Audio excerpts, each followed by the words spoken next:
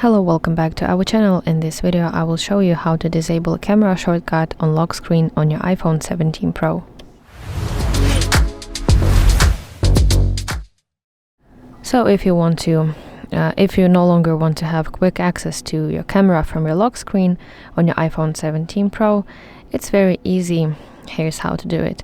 You have to go to your lock screen like this, and basically you have to press and hold your lock screen to enter customization mode, and you want to go to customize button, and as you can see, here's your camera shortcut, and you want to tap this minus icon, and instead of that you can select another shortcut. If you want to have some other shortcut instead of your camera, you can select, as you can see, here are many options to choose from,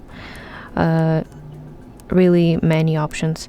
So and if not, if you want to have that space blank, you just have to tap done button, and if I go back, you can see that my camera shortcut is now gone.